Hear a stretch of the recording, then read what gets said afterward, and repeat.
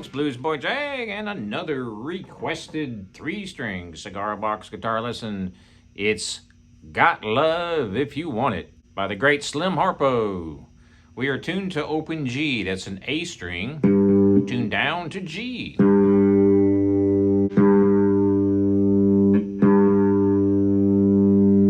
And a D string tuned normal to D.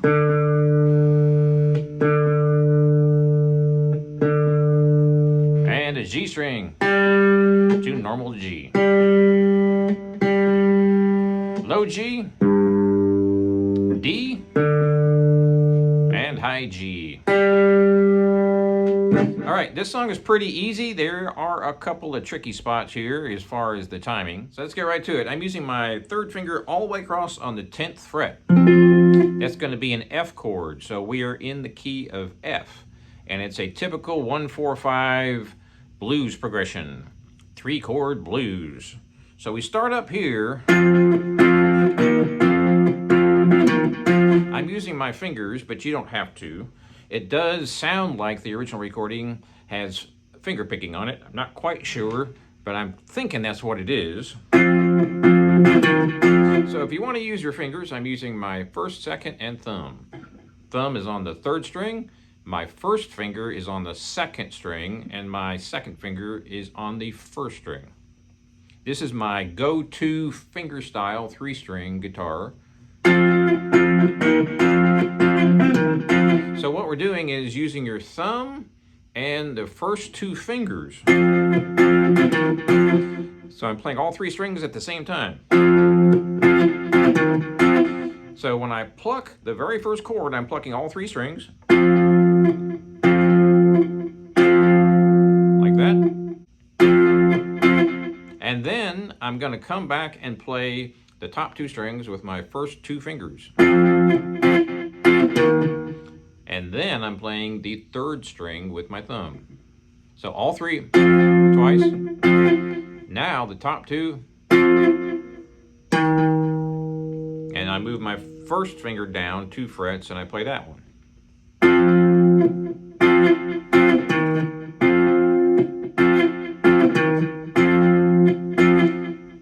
So remember, at the beginning of the riff, I'm using all 3 fingers to strum all 3 strings. I guess you should say pluck. I'm not really strumming. Not using my pinky at all. Or my 3rd finger.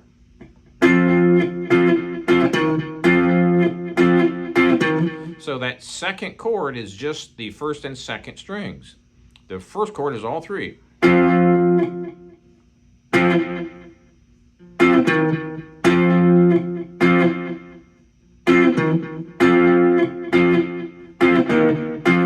And I'm moving my finger from the 3rd finger to the 1st finger with my left hand.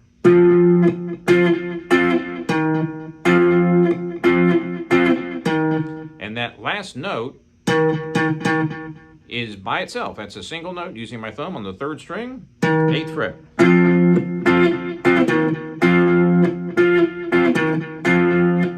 Now you might see my hand kind of bouncing around here. That just helps me stay on time. You don't have to do that, but it sort of moves with my foot, so it makes it real easy to stay right on time. You can't see my foot, but it's moving with my hand. Now, you might see me doing a lot of this kind of stuff where I'm choking and kind of slapping my hand. That just keeps me on beat. So do as much as you can to help you stay on the beat.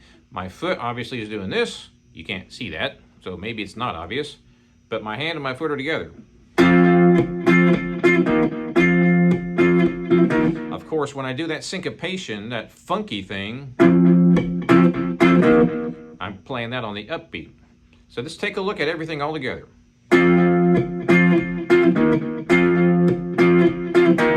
I'm moving down here from the 10th to the 9th. I'm barring with my 3rd finger all the way across. I'm not barring with the thumb, not doing anything with the thumb at all except pushing it against the back of the neck.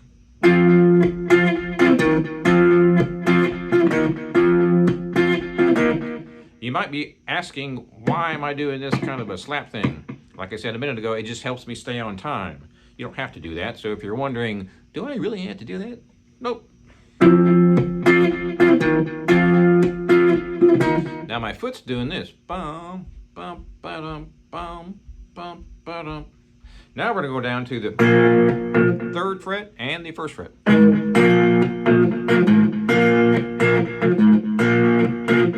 And back up.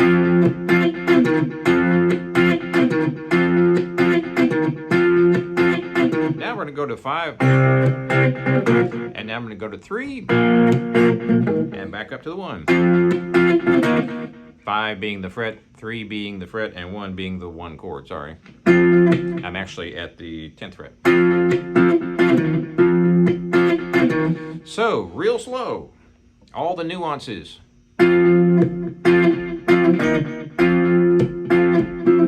When you tap your foot, it should be right with my hand. So when I'm doing this, my foot is right with that. The foot's up, down, right with my hand. I'm using 3 fingers to pluck the 3 strings. I'm not strumming. You could strum if you want. That gives it a slightly different sound. Kind of more clicky, I guess, you know, clicks. But either way, I suppose it's fine. So that's the 1 chord, which is the key, and that's D. Do that 4 times. Then we go down to 3rd fret and 1st fret, same riff.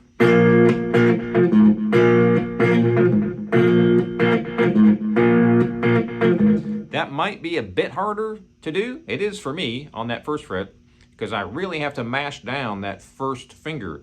To me, it's easier to do these bars because I have my 3rd finger all the way across, and my 2nd finger kind of helps push down that 3rd finger.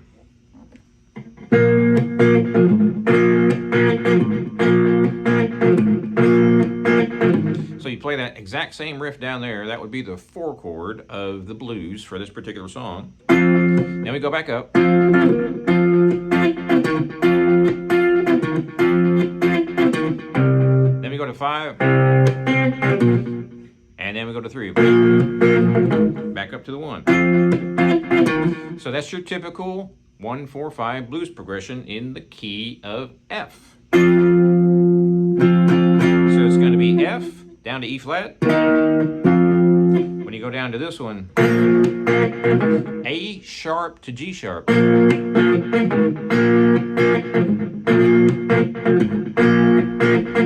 And back up.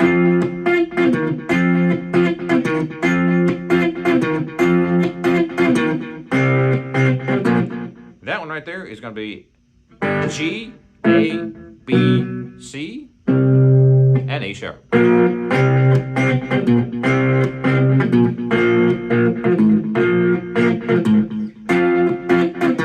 Okay, let's take a close look one more time on this hand, the right hand.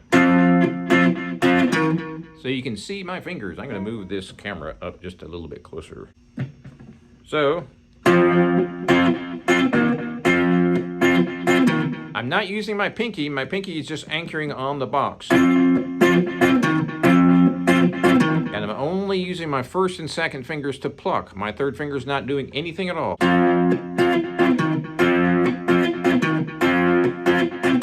And down here, I'm just going from here to here. 10 to 8. 3rd finger and 1st finger. Now I go to 3 and 1.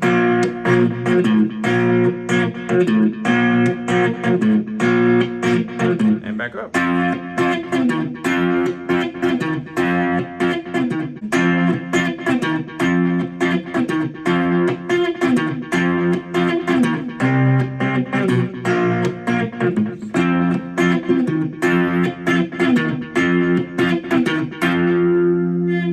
And that's the entire riff for the entire song. It's just a blues shuffle, but it's pretty funky. How would we play a solo though? Well, what key are we in? 1st fret on that F bar chord, so we're in the key of F.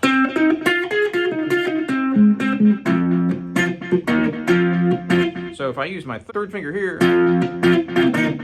I can use that 1st finger on that same fret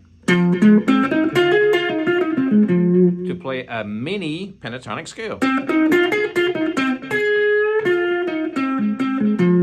Now, you can use your first finger and your pinky, which makes a lot of sense, because if you have one finger per fret, that means those are the only two notes you can play on all three strings for that particular pentatonic scale. So it makes a lot of sense to use your first finger down here and your pinky up here on the high note. Nothing in between.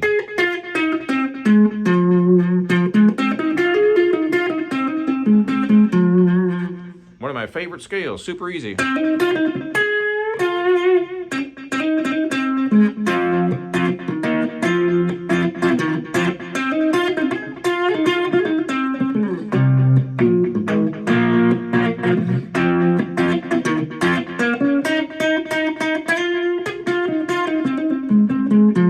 Now there is one more box above this. And this box right here starts with your first finger, like I said earlier, on the 10th fret, goes up to the 13th. Well, the next box above that is really easy. Just take that upper note of the previous box, which is going to be the first string on the 13th fret. This time we have 2 frets in between. So just take your first pentatonic and extrapolate higher from there to play your next upper pentatonic. So that's your lower pentatonic for this particular scale. First finger is on the 10th fret, and your pinky's on the 13th for all 3 strings. Now, if we go up to the highest note, just go up 2 more frets and replace it with your 3rd finger. So that's your next box, your pentatonic box scale. And don't forget, if you haven't seen my other lessons, I've got pretty much every lesson I say you can play those in between notes on the pentatonic. It's a walk down to a note that is in the key and in the scale. Just gives you more options, more notes.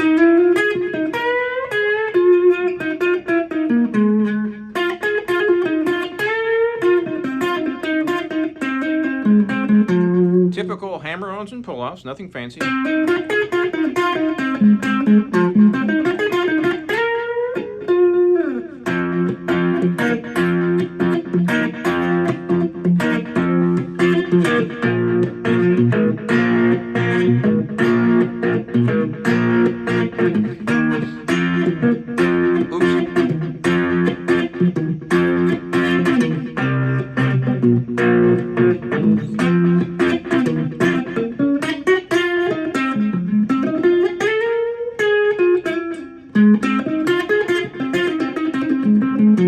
Okay, one more little thing. One of my favorite licks, I've showed it to you several times on this channel. You can bar all the way across on the first chord of this riff. Instead of using your 3rd finger though, like that, we're going to use our first finger. And you have 2 frets in between, and that's the way you figure out how to play that pentatonic and where to play it. It's simply pinky 1, pinky 1, pinky 1. So 13, 9, all 3 strings.